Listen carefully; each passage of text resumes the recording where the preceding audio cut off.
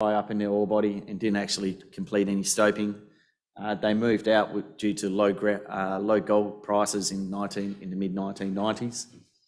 Here now we have the ability, we've expanded the resource all the way out to around sort of 500 metres below surface. Our exploration target sits a bit over 600 metres below surface, and the deepest drilling, as I said previously, on the main lode sits 900 metres below surface. We know when we have the structure, we know when we have the correct geology, that we get high grade mineralisation here. So I've got no doubt as we continue to expand and we enter into operations that this mine won't have a 7 to 8 year mine life. This will be going for 10 years plus. We have a number of near mine discoveries at Midway and Paddy's. Now, again, understanding that some of these mineralisation was previously offset to the south, there wasn't a lot of drilling. There was drilling along strike from the known gold resource, but there wasn't a lot of drilling further out to the east. Now, these fault offsets have shifted the mineralisation up to 100, maybe even 200 metres further to the east. That's where we hit Paddy's lode initially. We've expanded that out so far. We've got it defined over about a 200 metre strike. Mineralisation probably starts about 150 metres below surface. So this will be a fantastic opportunity for a future underground drive as well. It is close to existing development. With our pre-feasibility study we're working on now, it probably sits about 100 metres from a proposed decline that we're putting in. Midway sits out in a hanging wall, looks to be a linking structure between two shear zones that run between Bunker and UME. A lot isn't understood about these linking structures, and as we've continued to build out in around Midway, it is turning into quite a defined high-grade zone that's probably running similar again. We've defined it over about 150, 200 metre strike over mineralisation probably starting at 150 metres below surface. So what we are finding here at UME is once we've moved off the granite contact on the main UME shear zone, the high-grade mineralisation tends to start a lot deeper. And as we continue to drill and understand this ore body, we'll continue to make more discoveries. Cones, we had some good drilling here last year. We found, this is just north of Ramelius Penny West operation. There's a number of east-west style trending mineralised features. The interesting thing to us is we want to have a look at potentially finding the source material on the north-south structures running in between here. There's a lot of work happening to try to understand this system, and we'll continue to look to drill and follow this up because some of those grades are just immaculate, running 3 metre widths at sort of 30 grams a tonne.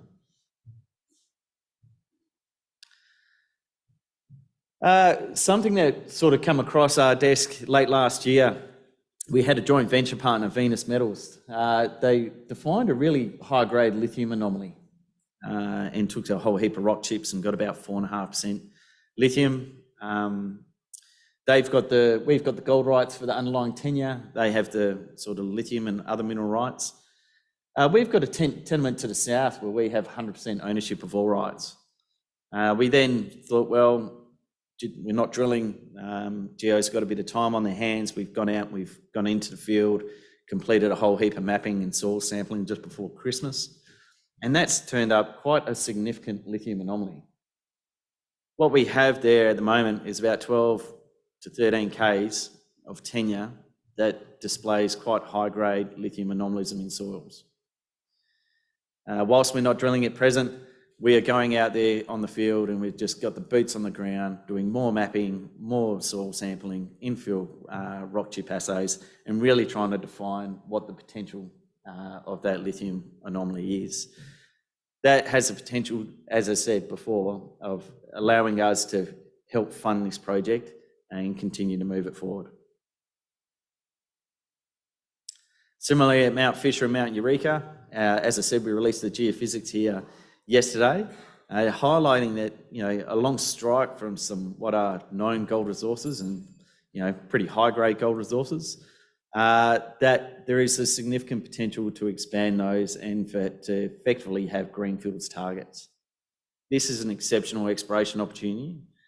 When you've got 2.3 million ounces of gold at 4.4 grams a tonne at UME though, it makes it hard to justify significant exploration spend to advance this.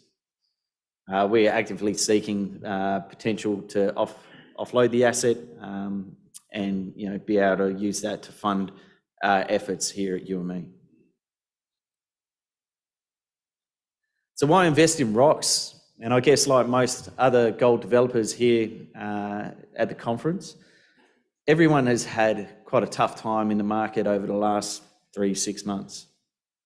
Gold price is at record highs. We are seeing a number of mid-tier miners churning out millions and millions and millions of dollars of cash every month. We are seeing M&A activity starting to hot up in the sector as well. The junior gold sector is probably the most undervalued it's been in the last 10 years. There is the potential for investors to make a lot of money following good projects, and when you have 2.3 million ounces at 4.5 grams, it is one of the highest grade projects available at this end of the market. We've got a number of near mine discoveries that we'll need to look to continue to advance the project. We'll push this towards pre-feasibility study and we'll show the true value that this project will have at these record gold prices. Thank you for your time, and hopefully I've just beaten the clock. Well done. I'm not allowed to give anyone chocolate today. I think that's wrong, but I'll keep it myself and eat it. Maybe that's right for me. All right, but I trained you really well yesterday, so I'm very impressed. Gareth Solly, hello, MD extraordinaire. You've got 3 big areas that you're focused on, one of them in particular. So if you know where, is it Paraburdoo? Mm-hmm. So about 180 kilometres west of Paraburdoo, this young fella here is... boots on the, well, you are younger than me, your boots are on the ground, things are going a bit crazy out there. They've got mining contractors, equipment, things are ramping up as you put things back into play for that big facility out there to do some crushing. Is that right, of your own? We're going to get it, absolutely, Chris. Tell us more, what's happening with the Black Cat Syndicate? Please make Gareth very welcome, everyone. Thanks for that intro, Chrissy, and good morning, ladies and gentlemen. Pleasure to be back here and presenting at another RIU Explorers Conference. I think it will be a good year for gold, and thanks to Rob for all his talk. He did a good job. And it's going to be a great year for Black Cat. And as Chrissy said, and as the title of this slide is, we are currently refurbishing Paulsens, which does mean that we'll be back in production and producing gold later this year. I'm assuming everyone knows about Black Cat, but maybe there's people that haven't been to Explorers before. We have been around 6 years. We've been here most of those years as well. We've got 2.5 million ounces of high-grade gold resources spread across our 3 projects. And they're very high-grade, just like Rob before us. In fact, we've got 2 of the highest-grade underground resources in Australia, being Paulsens and Coyote. So for us, we've got installed infrastructure at both those sites. We've got permitted sites to build mills at Kalgoorlie as well. So we've got 3 projects, all very near production, and we're looking forward to getting them going. We've got funding coming in, and I'll talk to that in this pack as well. And that allows us to get Paulsens up and running and producing gold this year. And we'll use that internal cash flow to sequentially develop the other 2 projects and eventually be producing at around 150,000 ounces per annum. So all our projects are regionally very strategic. They're the only processing facilities for gold in those areas, and we'll leverage off that into the future. So here's the 3 pillars of the company. Paulsens, Coyote, Cal East, all have good endowments of gold, large tenement holdings, great discovery potential. We've released studies on all of these. We've got initial production targets set for each one. And they're all producing sort of 200,000 to 300,000 ounces of gold over a 4 to 5 year mine life. Obviously, these mines have operated for typically longer than they've got current mine life, and that's the nature of these high-grade gold mines in Western Australia.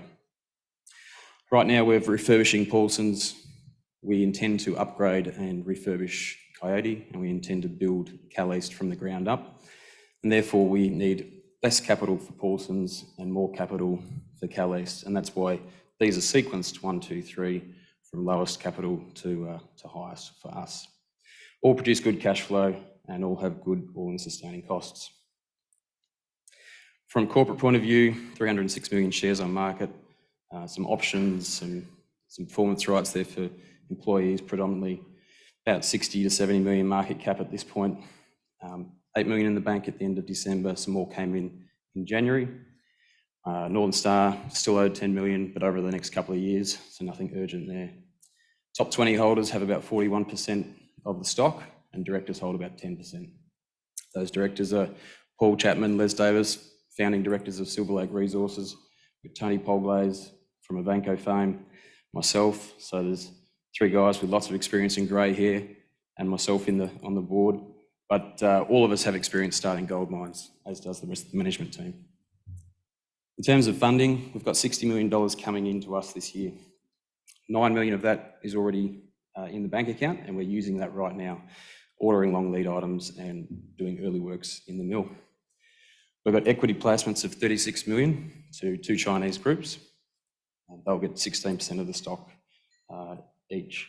We're waiting for FIRB and Chinese regulatory approval for that, and we expect that to come in over the next few months.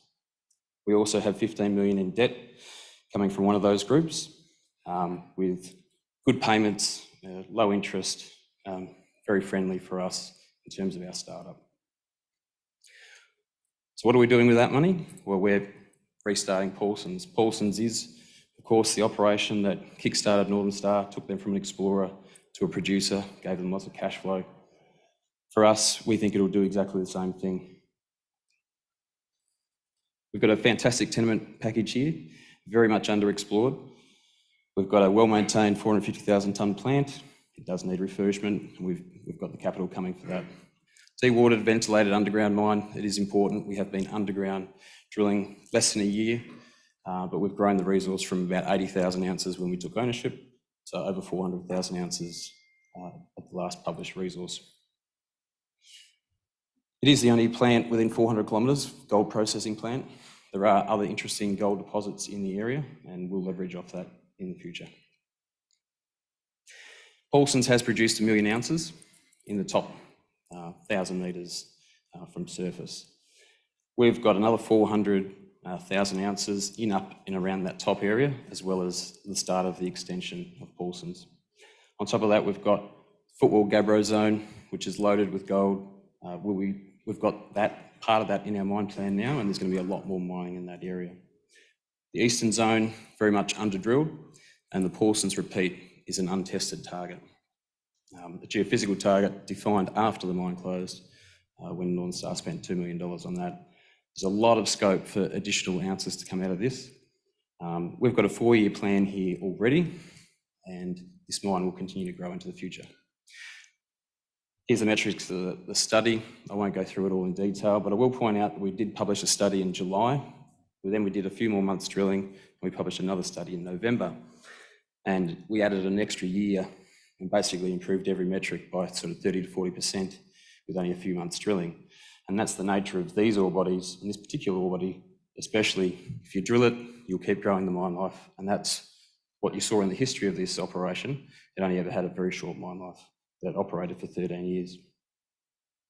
We'll keep doing this. And there's gold everywhere here. So we've got plenty of gold in our current mine plan, which is based on our current resource.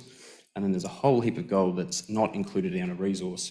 We haven't been able to drill it, but it's hanging out of the walls. So our intention is to go and mine a few of these areas as we start up. They'll produce high-grade additional feed tonnes, which are outside of our mine plan. Of course, that will increase cash flow, reduce all-in sustaining costs.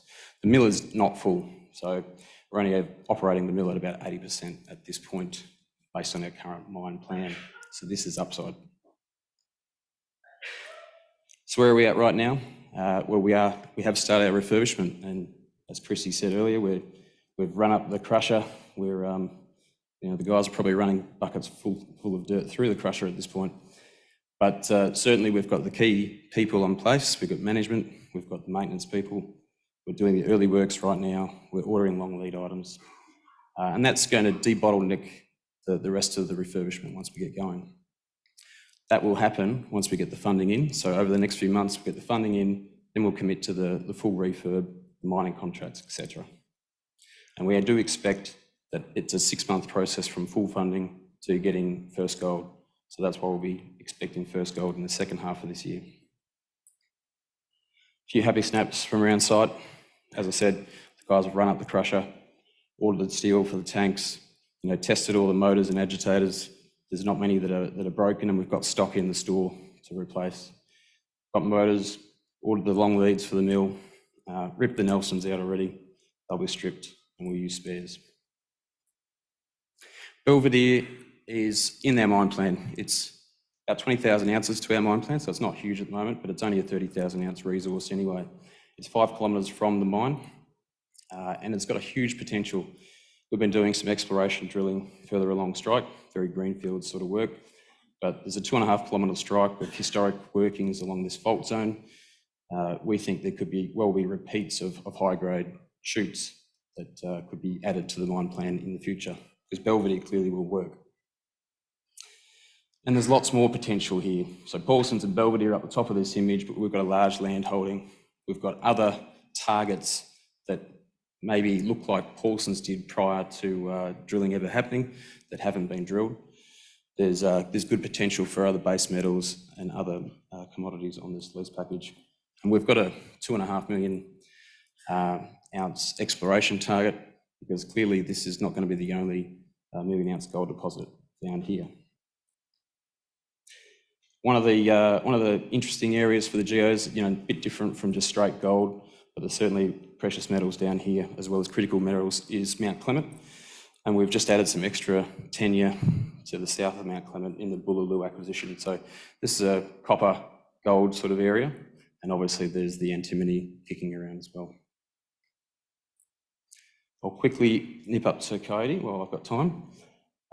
Again, this is a brilliant high-grade deposit. It's up in the Tanami. It's along strike of the 20 million ounce Cali deposit. Here we've got the only processing plant within a 200 kilometre radius, and this is a good bit of kit, good bit of infrastructure that would be hard to build again in the future. We'll just have to upgrade this and refurbish it and get it going. So this makes for an easy second project for us as a company after we've got cash flow coming out of Paulsens. So we've published a scoping level study here. We'll have to upgrade that again going forward. But that does show that there's good cash flow, low all-in sustaining cost, and certainly lots and lots of upside. It's a very high-grade resource. There's a lot that is not included in the resource here at Coyote. But the 15 gram underground is the jewel here, and that will be the focus, and that will continue to grow. We've excluded a fair bit of the underground from the study so far, so there's a lot of upside to come. Cal East is where we floated 6 years ago with about an 80 square kilometre tenement package and no resource. We spent our first 4 years looking at this project, growing it, and we've got 1.3 million ounces sitting within 50 kilometres of Kalgoorlie. We took this to the point of getting the approved mill site for an 800,000 tonne per annum processing facility. So that's out the road at Majestic between Mount Munga and Beerlong. So that's all ready to go. Obviously, it hasn't been a great time to be doing a new construction around Kalgoorlie, and we've got lower capital startups at Paulsens and Coyote. But this is a great project. It's de-risked. It's got a PFS. It's got good cash flow. There's 700,000 ounces in our portfolio at the moment that has not been included in the current study, and there's a huge amount of discovery success to be had out of this large tenement holding. So this is a great third project for us. Obviously, there's a few changes around Kalgoorlie at the moment. This may come forward in the project pipeline, but at the moment, Paulsens is our number one. Once we're operating, obviously, we can be re-rated as a junior miner. You can compare all the junior miners and compare their enterprise value per production ounce, take an average. We'll get a re-rate. We should get a lift once we're in production. And our first project will be producing somewhere around 50,000 ounces. Second, maybe have 100,000 ounces production, and the third at 150. We should easily increase shareholder value through this method. So I'm ahead of time, Chrissy, but I got you first. So clearly, you know, we've got 2.5 million ounces of very high-grade resource, 3 projects which will all be in production at some point in the future. As a junior, you know, we've got 3 projects which will all be company makers. We've got all of them in our portfolio. So we'll start the first one. We don't have to go and acquire the second one. We've got that already there. But they're high grade. We've got the funding in place to start, and we'll be pouring gold later this year. If you'd like more information, got a couple of GOs out in the booth. Please come and see us and discuss. Thanks.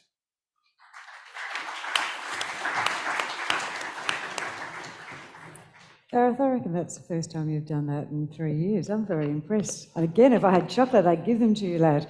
All right, come up here, sir. So we're waiting at the moment, aren't we? We're waiting for government to meet up, their policies to meet up with what our outlook is for uranium at the moment, I suppose, to uranium markets to align. So our next company up on stage is certainly working hard in the background to make sure they are maximising the potential of all their projects for when that moment in time eventuates. So would you please welcome up to the stage today, we've got from Toro Energy, Richard Pomsany. Richard, welcome. Thank you, Chrissy, and thanks to Vertical Events for inviting Toro Energy to present at this year's conference. And good morning all.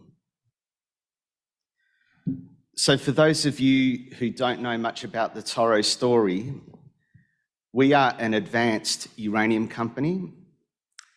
Our flagship project is the Wiluna Uranium Project in Western Australia that has 62.7 million pounds of U3O8 and 68 million pounds of vanadium pentoxide. On our uranium tenure, in the bare years for uranium, we made some substantial nickel discoveries and we made some encouraging gold discoveries. So all of this ground was within the Toro portfolio, and we made those discoveries. So there's a great business case to demerge those other metals from the uranium and vanadium business. We also have a joint venture interest in Namibia with JOGMEC and Deep Yellow, and we also have 28 million pounds outside Wiluna in exploration projects within Western Australia. Our board is comprised of very experienced uranium people. I've had over 2 decades experience in uranium, either executive or non-executive experience. Richard Patricio is the director of NextGen and chairman of IGO Energy in Canada, which contains substantial uranium projects. The best undeveloped uranium project in the world or yet to go into production uranium asset is in NextGen. And Greg Shirtliff is an ex-Cameco employee with over 2 decades experience, and Michelle has been involved with Toro and uranium investments for over 10 years. The important point to note here is that our market capitalisation is just over 50 million and we have 15 million in the bank, so our enterprise value is quite low. And there is a compelling opportunity to jump on board Toro as an investment and reap some short-term returns with what we've got in store. So overall, we have 91 million pounds of uranium. We do have an environmentally approved project with one condition that needs amendment retrospectively, a substantial commencement condition. 1 of 4 projects met that substantial commencement condition in Western Australia once the government changed back in 2017, the state government. We were unable to dig a hole because our uranium mineralisation starts from surface. So that option of substantial commencement was highly constrained for us because we couldn't do any earthworks as such without actually starting to mine uranium. So we were in a bit of a bind. But the point is that, for those who are AFL inclined, this project was permitted in 2016 by the feds and 17 by the state when Adam Simpson was the coach of the Eagles. And Adam Simpson is still the coach of the Eagles this year. For how long remains to be seen, but he is. So this wasn't a project permitted decades ago when Gough Whitlam or Malcolm Fraser were the Prime Minister. This is something that was permitted literally only yesterday. So we are an advanced asset that has gone through rigorous assessment by government. We're not an exploration asset. We are heading towards production. We will work adjacent to current government policy, but we're not going to let current government policy dictate the development of this asset. We are committed to getting it production ready. So from an investment perspective, we seem to be heavily penalised for not having a favourable state government policy at hand. So what I would urge you as a potential investor or a current shareholder to look at is, when do you think any uranium project in the world or any uranium project in Australia could get up from here? If you take the view that it won't be till later this decade or even 2027 onwards, then you've got to ask yourself, do you think this current government policy will be in place in 2027, 2028, 2029? And with that in mind, ask yourself whether an enterprise value of 35 million is justified for Toro. We have 3 deposits within Wiluna: Lake Maitland, Centipede, Millipede. Lake Maitland has a uranium a joint venture partner with reputable Japanese partners, Japan Australia Uranium Development Company, which is a syndicate of nuclear power companies out of Japan, and Itochu. So Lake Maitland, which is about 80, 90 kilometres to the south of our other 2 deposits, Lakeway and Centipede and Millipede, because of the distance and because of the joint venture relationship, we did a scoping study for that project, and we calculated an NPV of 610 million, a low capex, rapid payback, 2.5 years, and outstandingly low costs, both C1 and all-in sustaining. Our all-in sustaining number of $28 US a pound of U3O8 is an excellent number. So we are moving towards production. This isn't an exploration company. It has an exploration arm, but our core business is to move Wiluna into production. We will develop a timeline for the development of Lake Maitland. We have work streams underway in preparation to launch a DFS in about a year's time. One of those work streams is to commence a pilot program at a rigorous level, something that will stack up at feasibility study level. We hope we can get a small increase in the resource. We hope we can get a small increase in the recovery. Either way, signs are looking good that this project will make a lot more than the 610 million NPV at Lake Maitland. At Lake Maitland, we will produce 23 million pounds. Look, I'm not going to go into the uranium sector. We all know that the spot price is hovering around $100, and it looks like we've got higher prices for longer.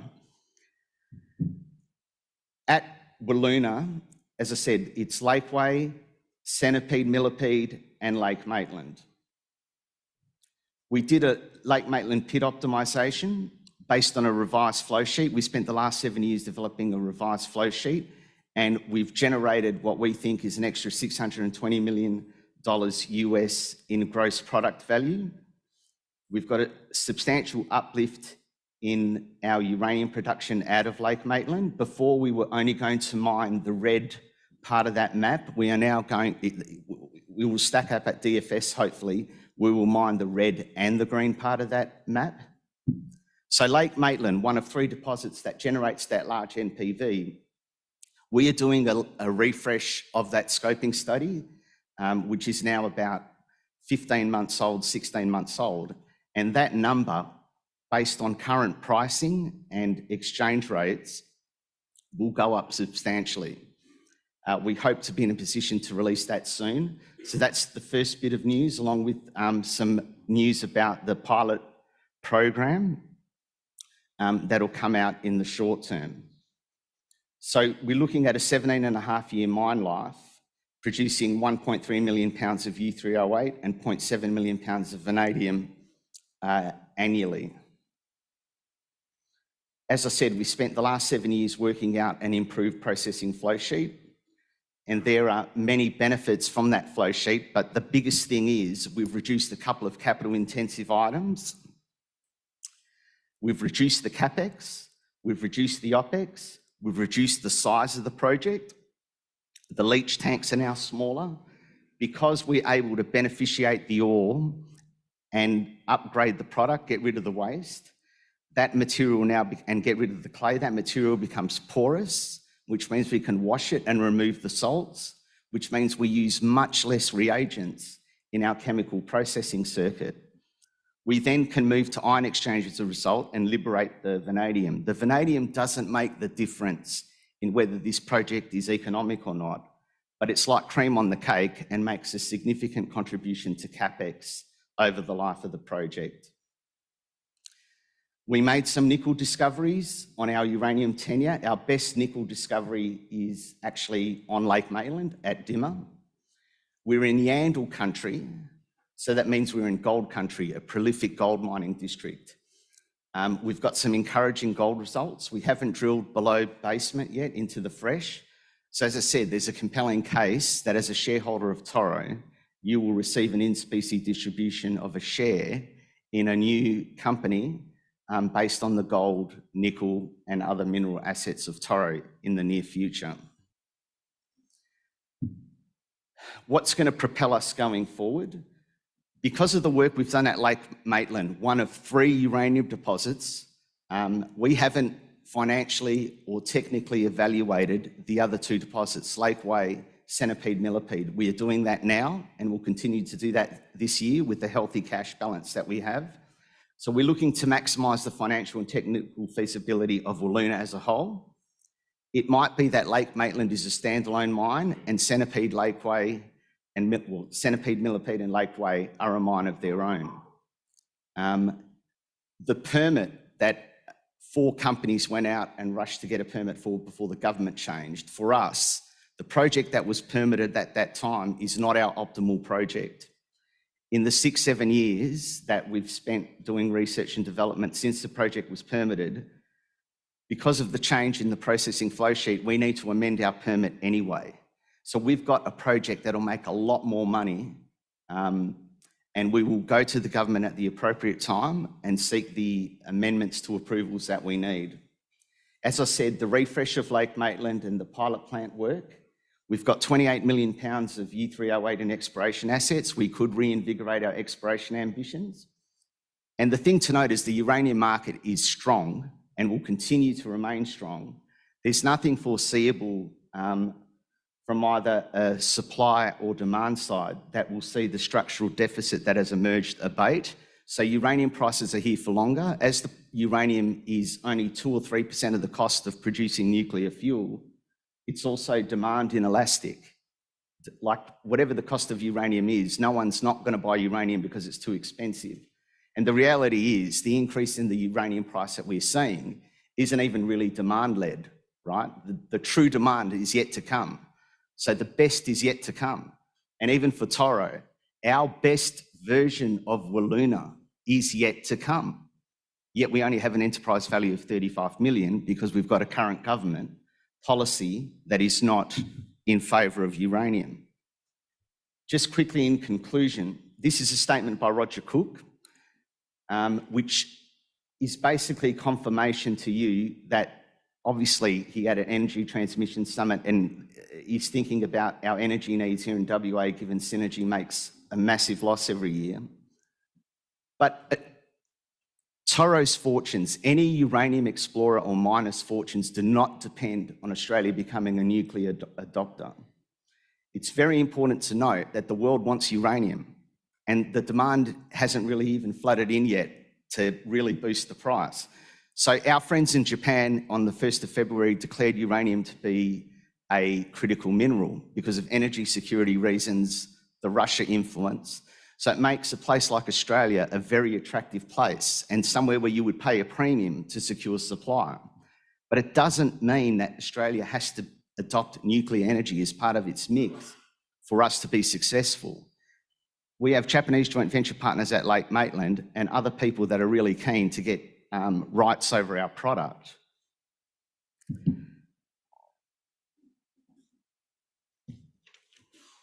With the current situation with nickel and lithium and the short-term outlook in those minerals, with a government that, you know, has to really look at energy needs, the cost of energy in this country, there is an opportunity here for the uranium to be a topic, and uranium exploration to be a topic worthy of discussion in WA.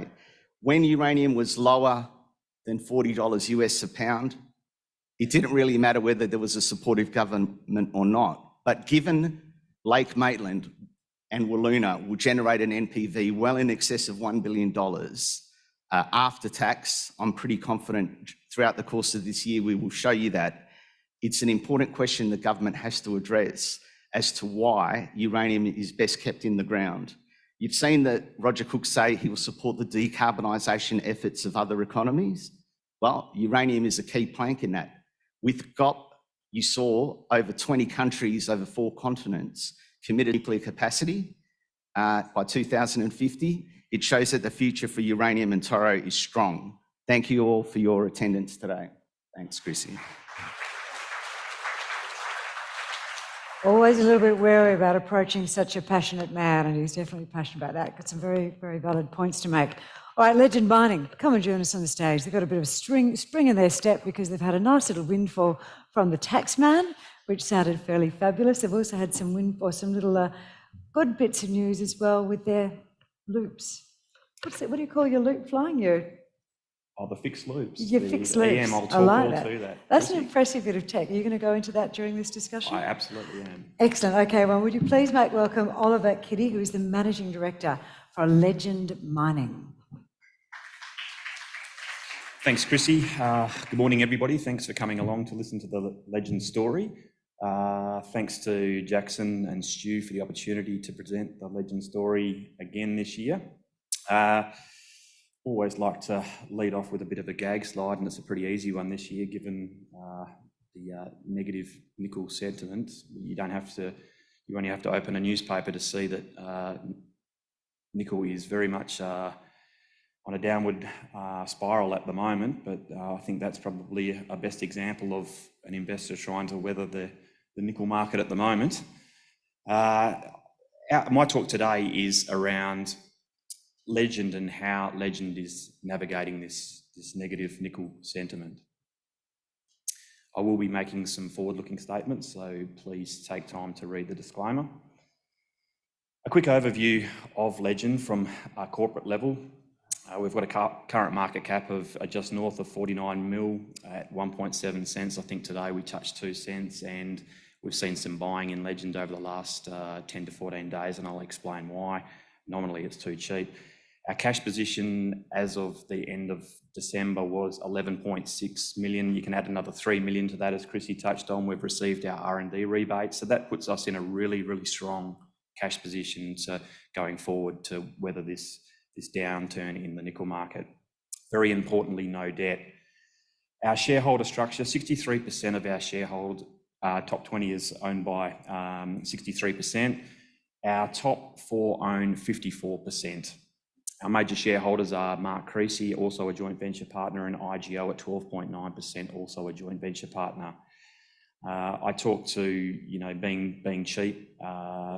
All those directors listed there on screen, starting with Hilary McDonald, then myself, and most recently in the last week and a half, Mark Wilson, our chair, and Tony Walsh, our co-sec, have all bought on market.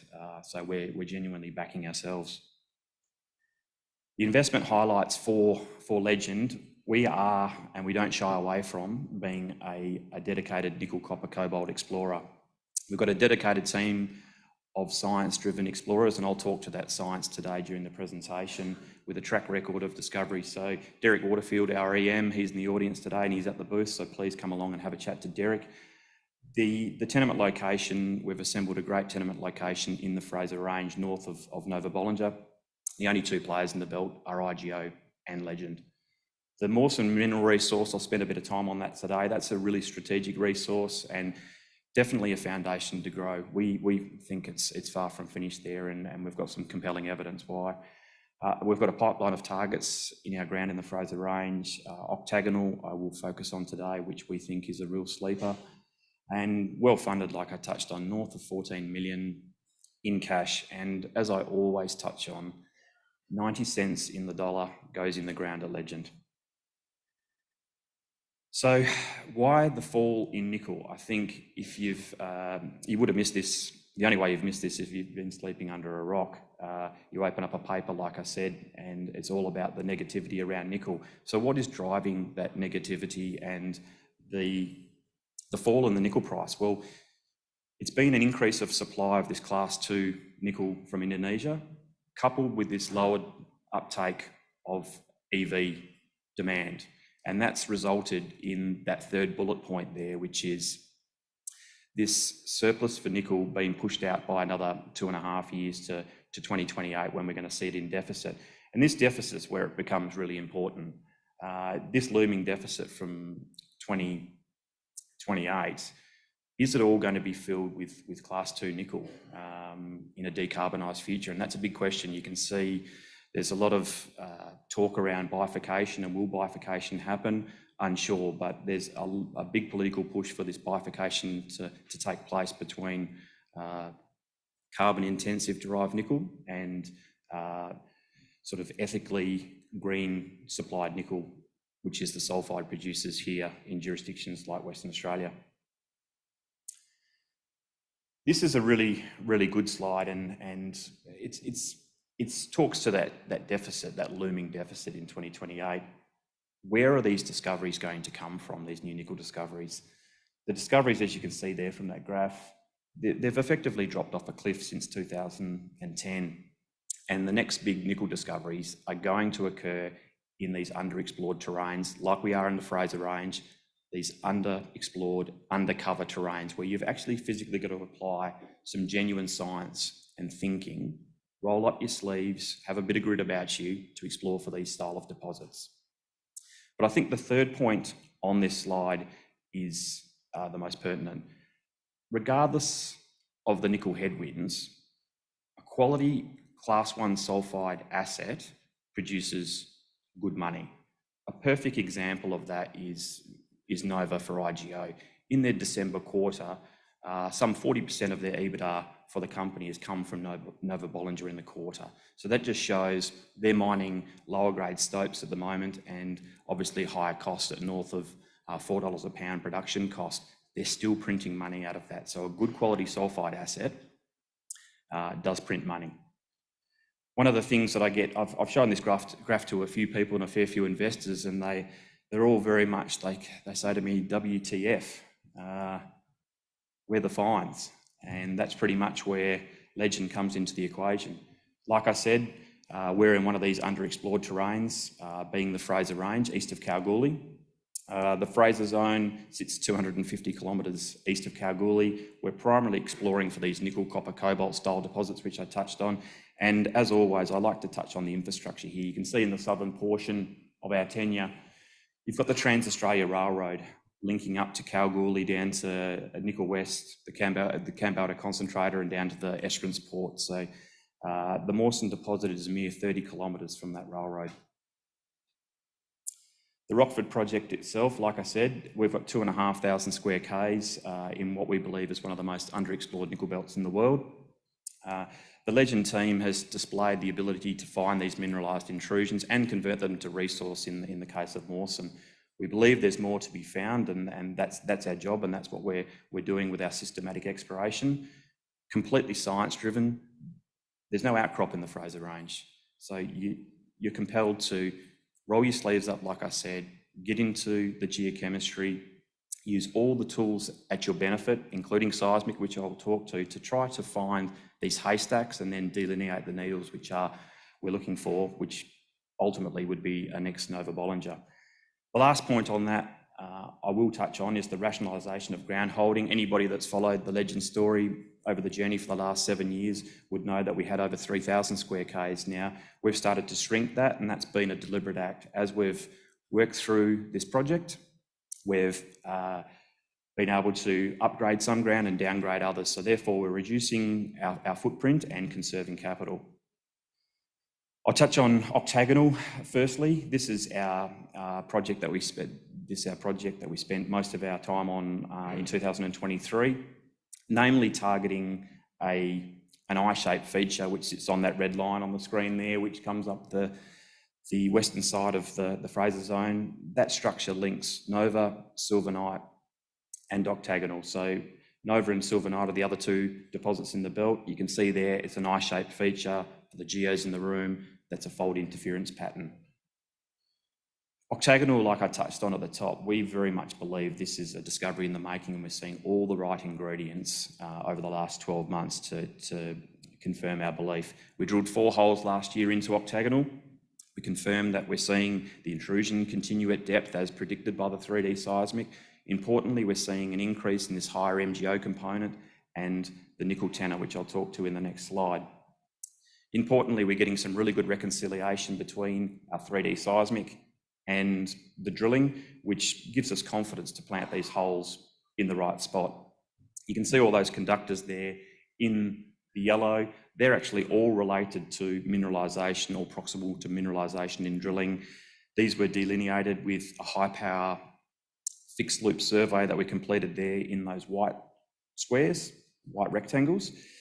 We got some really encouraging results, and obviously some conductors on that need to be followed up. But what we did take away was that this survey needed to be extended. It's telling us outside of this, further to the east, through that magenta zone, that this trend continues. So we'll be out there next month, back end of next month, continuing this fixed loop survey with the aim of honing in on targets for the next round of drilling.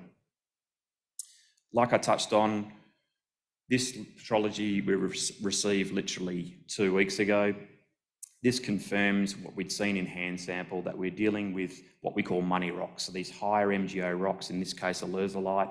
And you can just see there, you don't need to be a geo to understand percentages. You can see the amount of nickel in the sulfide in these rocks.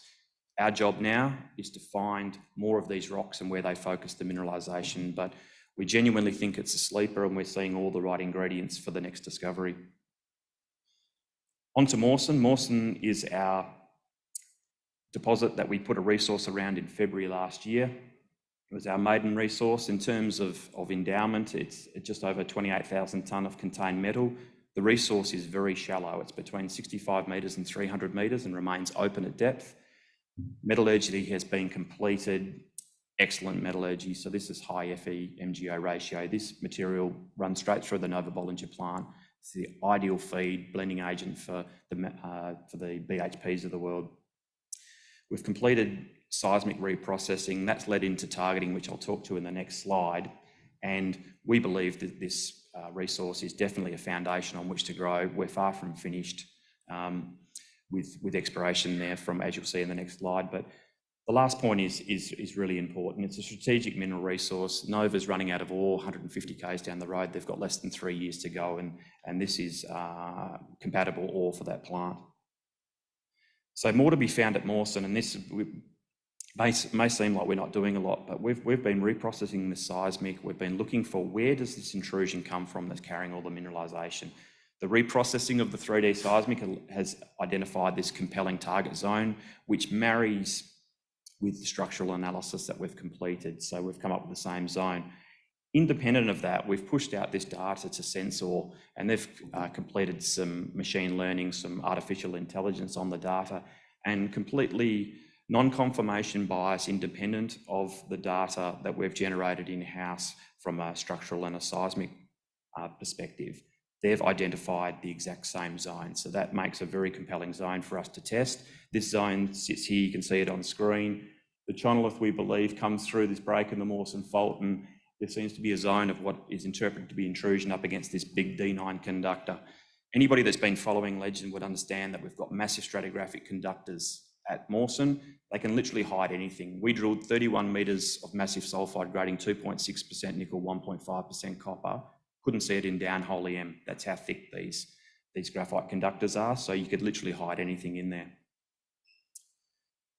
Just finishing up on regional, like I said at the top, we've got 2,500 square k's, but we're rationalising that ground.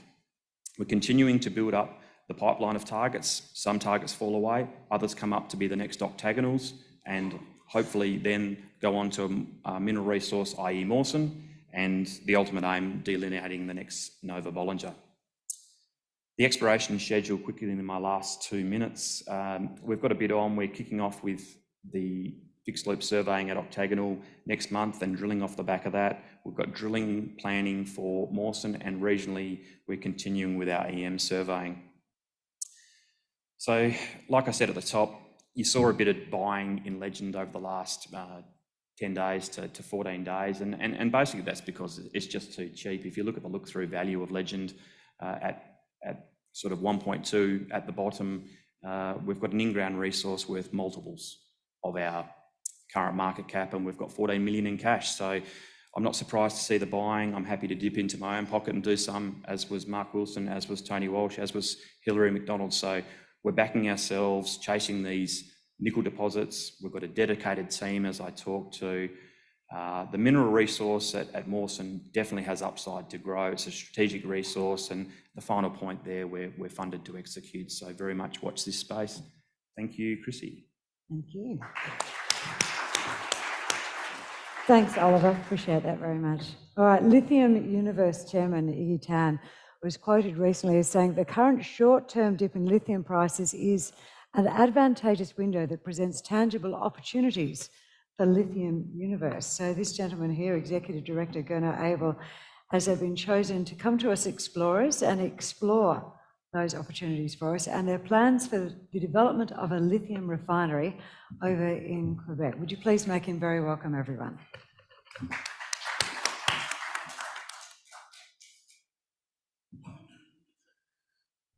After a 10-year hiatus, a new lithium company emerges from the galaxy.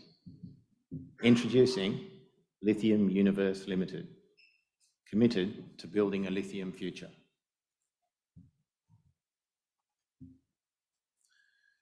Our universe is chaired by the original lithium trailblazer, Iggy Tan. Iggy ran Greenbushes Lithium in 1995 and was the first to commission a lithium carbonate plant in Australia. He was also the first mining executive with an eye on the lithium-ion battery future, some 25 years ago.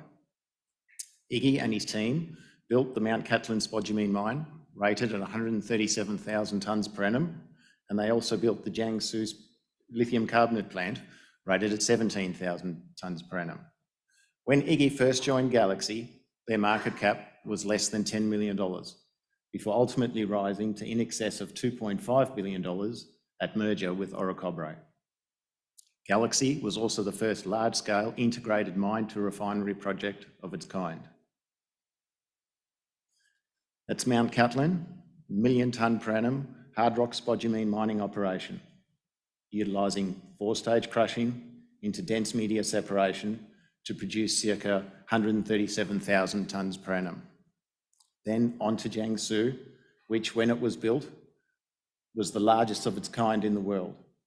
Jiangsu was a Western-style continuous processing plant, which to this day remains the gold standard in quality control within China. Whilst these projects now reside with Allkem and Tianqi, it's important to note that when Iggy designed, built and operated these projects, the lithium prices were but a fraction of what they are today. This is a testament to his vision, foresight and ability to deliver on time and on budget in very difficult markets. Joining Iggy on the board is Greenbushes veteran, Mr. Pat Skellen. Pat ran Greenbushes for over 25 years, has significant spodumene concentrating expertise and oversaw expansion of Greenbushes from 200,000 tonnes per annum to in excess of 1.4 million tonnes per annum. So why are we in Canada? Well, Australia produced in excess of 2.3 million tonnes of spodumene in 2022 and is a pillar in the China lithium battery value chain. Now, the fertile ground of Canada, it's considered to be potentially as fertile as that in Australia, but we're yet to see any real production emanate from that region. However, with an influx of mostly Australian-based junior exploration expertise now forging a path across this new lithium frontier, we're expecting this to change. And as Mr. Lithium Joe Lowry says, Canada wants to be the Australia to North America. A few of our philosophies: We're not here to explore just for exploration's sake, but rather we're here to build a lithium project in Canada as quickly as we can. Introducing our Polar Exploration project. This project is located along the Trans-Tyger Highway in James Bay, Quebec. It boasts a generous footprint of circa 240 square kilometres and was staked when the lithium prices were at their previous lows. Also, it's nestled between what was then two relatively unknown junior exploration companies. So our Apollo project is less than 30 kilometres from Patriot Battery Metals Corvette and also less than 30 kilometres from Basin Resources Ltd. As you'd all appreciate, it's been a hotbed of activity in that region over the past 12 to 18 months. Phenomenal drill results by both Patriot and Winsome have been backed up with mineral resource estimates that are world-class. Patriot declared a mineral resource of 109 million tonnes at circa 1.4% lithium, and Winsome declaring a mineral resource of 59 million tonnes at 1.1% lithium. Both have reported high-grade, thick mineralisation close to surface. We've completed our first stage of exploration in partnership with Laurentia Exploration out of Canada. We completed the high-resolution airborne mag survey and a really extensive soil sampling campaign to determine our priority drill targets for this calendar year. Now, we're all probably, unfortunately, old enough to remember the NBA Dream Team. The NBA superstars which took the Olympics by storm and put the NBA on the map on a global stage. The likes of Jordan, Pippen, John Stockton, to name a few. Well, never to be outdone, and some 30 years later, Iggy has decided to put together his own dream team. Joining Iggy and Pat Scallon on the board is world-renowned downstream lithium technology expert, Dr. Jin-Wan Liu. We've got Terry Stark, the former GM of Galaxy. We've got John Loxton. He was there and building Jiangsu with Iggy. Roger Pova, he used to run Mount Cattlin, and our newest appointee, John Zablowski, was the CFO for Galaxy. So in a very short period of time, Iggy was able to put together the team that designed these projects, funded these projects, and ultimately operated these projects. Now, what does a typical project timeline look like? Well, from first maiden through scoping, PFS, DFS, and funding, looking at upwards of 8 to 10 years. Compare this to what Iggy and his team were able to achieve at Mount Cattlin, from maiden to first product in just under 3 years. He did this by skipping scoping and PFS stages, whilst running a number of other processes in parallel, whilst leveraging an incredible team culture. Looking at what's happening down the road at the Kwinana hydroxide plant, they completed construction in 2021 within 5 years, however experienced significant capital cost blowouts in excess of $350 million. And their latest reporting would indicate that they're still only operating at 8 to 10% of design. If we turn the page to Canada, the story stays the same. Canada Lithium completed their DFS in 2011, and despite spending $250 million, could only produce circa 110,000 tonnes before filing for Chapter 11 in 2015. Nemaska Lithium, they completed their DFS in 2018, and after spending over $400 million, failed to reach startup in 2019. Compare this to Iggy and his dream team's track record at Jiangsu, from breaking ground to first product in just over 2 years. An exceptionally reasonable capital cost of only $120 million, whilst being able to deliver the highest quality lithium carbonate into market. So why have some of these previously mentioned projects not gone to plan? Well, there was a lack of operating maintenance direction at design, a lack of overall plant operation understanding, limited management oversight at design, and limited commissioning experience. And this is one of the main reasons why Iggy has put together a dream team that are all operators, because it all starts at design. Concurrently, Canada is forcing a critical mineral strategy. This is evidenced by the forced divestiture of Cinnamine from Power Metals Corp and relinquishment of their spodumene offtake agreement, citing a multi-step security review. Unbeknownst to most, Canada also has an established EV industry.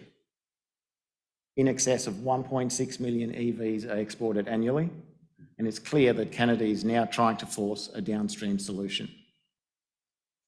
So where does this leave us? There's limited production that's come out of Canada, coupled with the government's downstream requirement and a lack of processing expertise amongst junior lithium explorers. Our solution is the Quebec Lithium Processing Hub. The Quebec Lithium Processing Hub is a mine to battery grade lithium carbonate strategy. We're going to leverage a 1 million tonne per annum concentrator, feeding a 16,000 tonne per annum lithium carbonate plant. The concentrator will be based on the proven Mount Cattlin design and overseen by the Dream Team. We'll source our ore from either our own resource at Apollo or by entering into 5-year run-of-mine offtake joint venture deals with juniors in the area.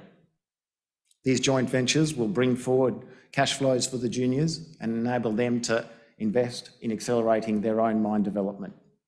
Then, after that 5-year term, should that junior wish to build their own concentrator on site, they'll be able to do so in conjunction with Iggy and his team. We will help juniors become concentrate producers in their own right. The 16,000 tonne per annum battery grade lithium carbonate plant will also be based on the proven Jiangsu design and overseen by Iggy and his Dream Team. Battery grade lithium carbonate will be sold into the Canadian, US and European markets, meeting the government's critical minerals strategy and requirements, but more importantly, providing a downstream solution for Canadian lithium miners. In terms of our project, this project, we've engaged Primero to complete the engineering study for the concentrator. Global experience, including Canadian and Australian, but they've been charged to determine what the cost will be to replicate the Mount Cattlin concentrator, but for the Canadian environmental conditions. This is the flow sheet for the concentrator, something that's very unusual to see published by any company, if you like, but it's a testament to Iggy and the team's confidence that they're on the right path. It mirrors Mount Cattlin, except for the inclusion of this flotation flow, which will serve to increase throughput. Hatched Engineering has been engaged to complete the engineering study for the lithium carbonate plant. Again, world-renowned, reputable company, but most importantly, Iggy's worked with them before. He built Jiangsu with them. And similarly to Primero, they've been charged to determine what the cost will be to build a Jiangsu-style lithium carbonate plant, but in the Canadian environment. The refinery flow sheet. Again, Iggy and the team, super confident, happy to publish this. Worth noting that the purification flow at the bottom, which turns the lithium carbonate into the battery-grade lithium carbonate, was the first of its kind when Iggy built Jiangsu. So we're really trying to fill a downstream gap that's quite significant in North America. There are very few lithium refineries in North America, so it's a gap that absolutely needs to be filled. We're starting to work downstream and work our way upstream. We've had exceptional government support, strong investment interest, and are in discussion with a ton of juniors around establishing that first resource. We also engaged Hatch to complete our lithium carbonate refinery location study. Hatch had an eye on all things important, including water, rail, all the other infrastructure, including availability of employment resources. And after development of a short list of circa 5 locations, we've settled on the Bécancour Industrial Park. It's serviced by a sealed road, has access to rail, and is in close proximity to a deep water port. We always get asked, why are we focusing on lithium carbonate and not lithium hydroxide? Well, it's an easy answer for us. Our team has exceptional experience in lithium carbonate. Lithium carbonate is also the feedstock for LFP batteries.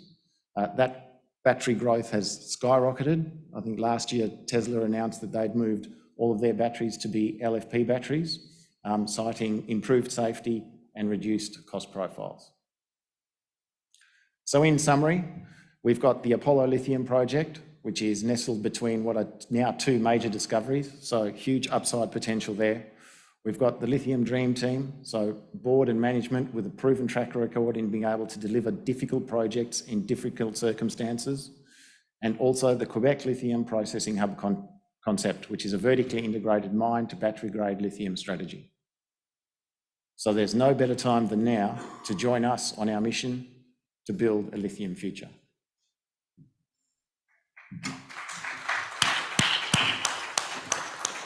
Well done, Gurno. All right, team, you have earned yourself a well-deserved break out there for your diligence and being able to sit here in the chair with me for as long as you did. It is packed out there, it's a little bit warm. My suggestion would be to grab your nice cold food and bring it back, or get your food and bring it back here in the cool and have a chinwag with everyone about what we've just heard, and enjoy your break at home as well.